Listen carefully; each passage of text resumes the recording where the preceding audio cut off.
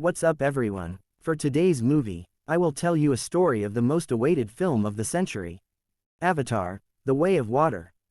So just relax out there, and allow me to tell you what happened in the movie.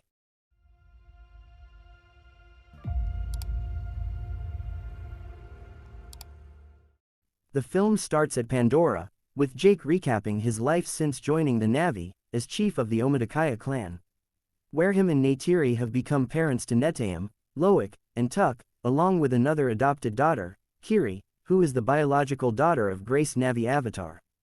The kids also spend time with a human boy named Spider, who was left behind with the human scientists after the previous group evacuated Pandora, since babies couldn't be put into cryostasis. While the children see Spider as something of a cousin, Neytiri feels the boy would be better off with other humans, in part due to her own hatred of what they called the Sky People. While everything seems blissful, Jake's happiness quickly shattered, when RDA ships begin to descend upon Pandora, destroying huge parts of the forest including their home, and killing the wildlife in a process. Jake and Neytiri then get their children and the other Na'vi to safety, while Jake holds his wife as they watch in horror at the devastation left behind. A year later, Colonel Miles Quaritch wakes up in his own avatar body, and he attacks his former teammates, which all now in their own Na'vi skins. Then, Quaritch soon realizes what happened after watching a video he left himself, before their previous attempted mission to tear down the Na'vi's Tree of Souls, where he and his team were all killed. Later on, RDA has colonized Pandora and built a mining base, along with a settlement called Bridgehead City. Jake then leads several Na'vi to fly their Ikran to attack the human aircraft and supply lines. Neteyam and Loic then attempts to join the fight, but nearly getting severely injured in the process. Jake then gets them to safety, but chastises them for putting themselves in the line of fire. After that, the group returns to their camp with the rest of the clan. Jake then discusses with Neytiri on how these changes are impacting their children's lives. Meanwhile, Spider joins Loic and Kiri as they goes to the human research facility, where Norm Spellman and Max Patel continued to work. Kiri then talks to Grace's avatar as her body lies in the tank. Spider then notes that his Na'vi friends at least know their parents, while he knows and resents who his father was, Quaritch. In another instance, Quaritch and his team arrives at their base and meet General Francis Ardmore, who updates him on their operations since his time being dead. Ardmore then informs them of the advantages the Omaticaya have on them, before telling them how they can gain their own upper hand. The team then enters the forest at the exact same time that Jake's kids and Spider are playing there. While Kiri immerses herself in the nature, the other kids spot Quaritch and his team, as they survey the former Link unit for the humans and their avatars. And he later found his skeleton inside the AMP suit where he was killed. The villains then find the kids, and they realize that they are Jake's kids because they have 5 fingers. Quaritch then meets Spider and realizes that he is the boy's father. Quaritch later called Ardmore and her squad to come down, while he takes the other kids as hostages. Jake and Neytiri then alerted to the scene, and both are stunned to see that their nemesis are alive and in a Na'vi body. Then, Neytiri killed some of Quaritch's team before they opened fire. Luckily, she and Jake managed to get their kids back, but Quaritch and his surviving teammates fall back and taking Spider with them. Later on, Ardmore subjects the boy to a torture method to get him to disclose information on the clan's location, but Quaritch stops her and opts to try and get closer to Spider to earn his trust. He then convinces Spider to ride along with him on their mission, or else the scientists will experiment on him. In another instance, Jake talks to Neytiri about having to leave the clan, now that they are being targeted. While Neytiri doesn't want to leave her home, Jake assures her that it is best for their children and the rest of the clan. He then passes on leadership to another warrior named Tarsum, and he leaves the clan with Neytiri and their children. They then fly their Ikran and head toward the eastern seaboard, to the home of the Metkayina clan. Then, the clan gathers with their leader Tonawari, and his pregnant wife Ronal. Jake then requests shelter for the sake of his family, though Ronal and other tribesmen are quick to look down on Jake and his kids for their half-human heritage, as well as the potential of bringing dangers to their land. However, Tonawari respects the accomplishment of the Torik Makto, and allows them to stay, and also instructs his children Anung and Sireya, to show Jake's children how to adapt to their oceanic surroundings. Later on, Jake's kids join Anung and Siraya, together with Anung's friend named Rocho, as they explore the reef. Siraya then shows that they communicate with the underwater creatures by a sign language, and they link to them the same way the Omaticaya links to their animals. However, when Loic attempts to connect to a creature, he is pulled quickly through the water and is thrown off. Meanwhile, Kiri has a more natural connection to the creatures and helps one of them interact with Tuck. At the same time, Jake and Neytiri are shown how to fly the Surik, which can move in the air as well as underwater. Loic then gets closer to Siraya, who shows him how to do better his breathing underwater. He also takes him and his sisters deeper underwater, by using creatures that provide air when resting on their backs. However, Anung and Rocho are antagonistic toward Kiri, for her being considered a half-breed, leading to Loic punching Anung in the face. Neteyam then joins in the fight, along with Anung's friends, leading to Jake scolding his sons for their behavior. Jake then forces Loic to apologize to Anung.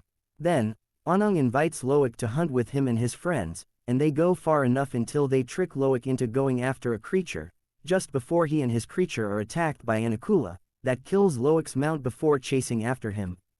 Loic then attempts to swim back up, before he runs out of breath, but the akula attempts to go and kill him, until Loic is saved by a whale-like creature, called Tulkun. So, Loic follows the Tulkun named Pyakin, and finds a harpoon stuck in his fin, so he removes it, and earns Pyakin's trust. Meanwhile, Jake speaks to Kiri, who has been feeling different lately due to what she has been seeing. She claims that she can feel the heartbeat of their goddess Awa. After that, everyone then sees Loic return, and Tonawari scolds Anung for leading Loic beyond the reef when it is forbidden, but Loic takes the blame for everything to spare Anung from getting in trouble. Jake then tells Loic that he has shamed the family with his actions, but Anung comes to respect Loic. Loic later tells his siblings, together with Siraya and the other Metkayana, about his encounter with Pyakin, but Siraya informs Loic that Pyakin is considered an outcast among the other Tulkun. And after Loic attempts to communicate with Pyakin to learn more about his history, Siraya takes the others toward the cove of their ancestors, showing them how the land looks during the eclipse. She also guides them underwater to the Metkayana Tree of Souls, which Kiri connects herself to it, and she is able to see and communicate with grace. However, Kiri soon suffers a terrible seizure, and her siblings bring her back to the shore. Jake then gets Norm and Max to try and help Kiri, but they are no help as well, until Ronald tries her hand and is able to revive Kiri. Norm then tells Jake that any visions she thinks she's seeing might be a result of frontal lobe epilepsy. Unfortunately, Quaritch teammate named Lyle informs him of a radar picked up off the gunship that Norm and Max came in. The villains then meet up with a whaling vessel operated by Captain Mick and Dr. Ian, to give them more of an advantage, since they are already hunting Tulkun for anti-aging remedies. Soon, Quaritch and his team shows up, and they mercilessly kill a Tulkun, and threaten a Metkayana woman, unless they disclose the location of Jake and his family. In another instance, Loic once again tried to ask Pyakin on what he did to make him an outcast. Pyakin then opens his mouth and allows Loic to enter him and link with him.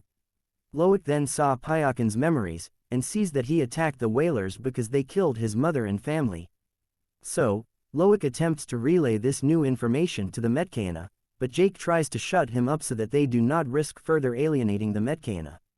Then, Loic only talks to Siraya about what he discovered, and without a doubt, she believes in him. Meanwhile, the whalers begin their attack, launching harpoons filled with inflatables and piercing the fins of the Tulkun, killing Roa and her child in the process. And after collecting their material from her, Ronal and the other Metkayana arrived, and Ronal wails in agony at the loss of her soul sister and her child. Then, Tonawari and Ronal, along with dozens of angry Metkayana, turn their ire toward Jake for leading the villains to their land as they knew that this would happen. But Jake points out that the Tulkun will be marked for death with the whalers' trackers. He also tells the Metkayana to warn the Tulkun before more of them are killed. Loic later heads off to warn Pyakin, despite Neteyam's warnings against it. He then follows his brother, along with Siraya, Anung, Kiri, and Tuck.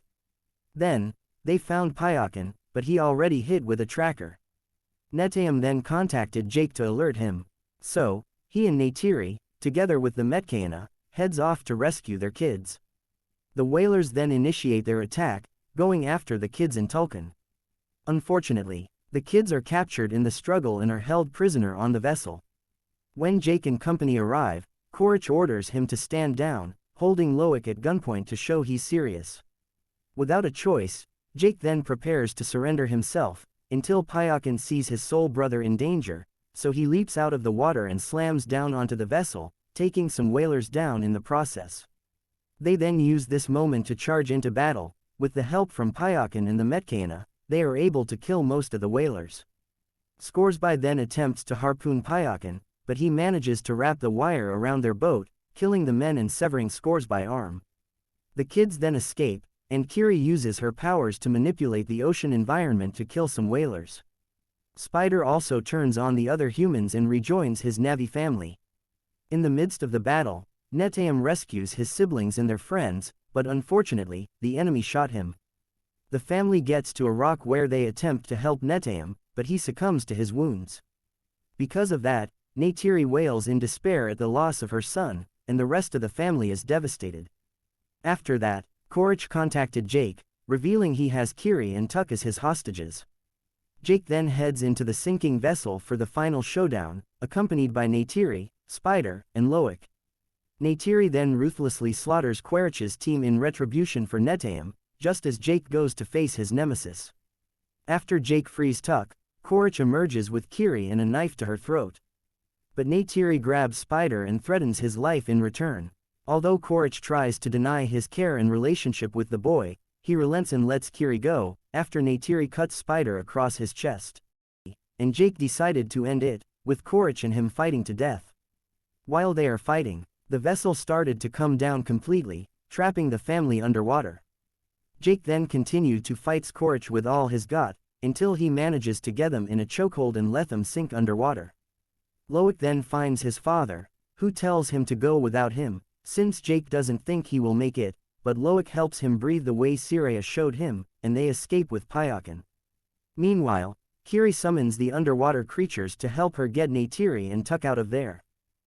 Jake then officially takes Spider as his son. The family then holds a funeral for Neteyam, where his body is given to the Tree of Souls, and they are told that he is now with Awa. Then, Jake and Neytiri link themselves to the tree, where they are able to see Neteyam through memories. He then prepares to bid Tonawari a farewell, but he tells him that he and his family are Metkayana now and are welcome to stay. Jake also recognizes this land as his family's new home, and vows to continue to fight and protect them until his last breath. And that's the end of the story. Thank you for watching, guys. Please don't forget to hit the subscribe button. See you in our next movie recap.